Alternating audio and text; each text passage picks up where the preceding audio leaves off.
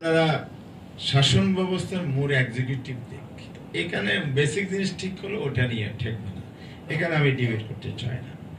জেলা পরিষদ নিয়ে যে প্রস্তাবটা আপনারা দিয়েছেন এটা অনেক বড় যুগান্তকারী এবং রেডিক্যাল চেঞ্জ হবে।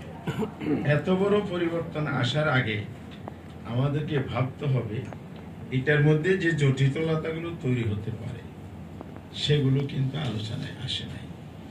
আমি সাকিবের সাথে একমত, এখানে অনেকগুলো জটিলতা তৈরি হতে পারে। এখানে একটা হলো রূপান্তর বলা হয়েছে। রূপান্তর মানে কি? ডিসি অফিস থাকছে না, জেলা পরিষদের কার্যালয়, ডিসি অফিসের কার্যালয়টাকে জেলা অফিসে পরিষদের হেডকোয়ার্টার হিসেবে, কেন্দ্রবিন্দু হিসেবে আমরা রূপান্তর করতে বলেছেন।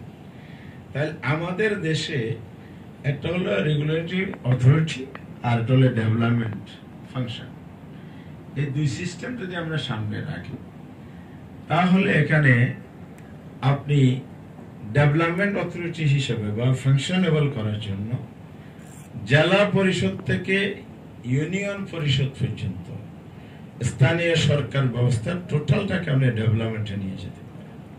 সেন্ট্রাল গভর্নমেন্টের তার বিভিন্ন স্তর সেখানে নিয়ন্ত্রক হিসেবে, তদারককারী হিসেবে, আপনি রেগুলেটরি হিসেবে তাদেরকে এম্পাওয়ার করতে পারেন। তাহলে এই জায়গাটায় যদি আমরা সমাধানে আসতে পারি তাহলে বিদ্যমান অবস্থার একটা মৌলিক সংস্কার হবে। সেক্ষেত্রে অবশ্যই অবশ্যই জেলা পরিষদকে শক্তিশালী করতে হবে। আমরা আমাদের বাংলা জামাত ইসলামীর পক্ষ থেকে স্থানীয় সরকার কমিশনের কাছে 16টি প্রস্তাব দিয়েছি, সংস্কার প্রস্তাব। তার মধ্যে অন্যতম প্রস্তাব হচ্ছে, সেদিন ঐক্যমত্য কমিশনের সাথে আমরা 26 তারিখ বসেছি, এখানে জেলা পরিষদকে যদি আপনি শক্তিশালী করতে পারেন, ডেভেলপমেন্ট অথরিটি হিসেবে তার চেইন অফ অ্যাডমিনিস্ট্রেটিভ চ্যানেল যেটা আছে পুরোটাকে যে ডেভেলপমেন্টের ক্ষেত্রে যদি আপনি শক্তিশালী করতে পারেন, ইনক্লুডিং ইউনিয়ন পরিষদ, তাহলে এখানে জনগণের সেবার জায়গাটা নিশ্চিত হবে।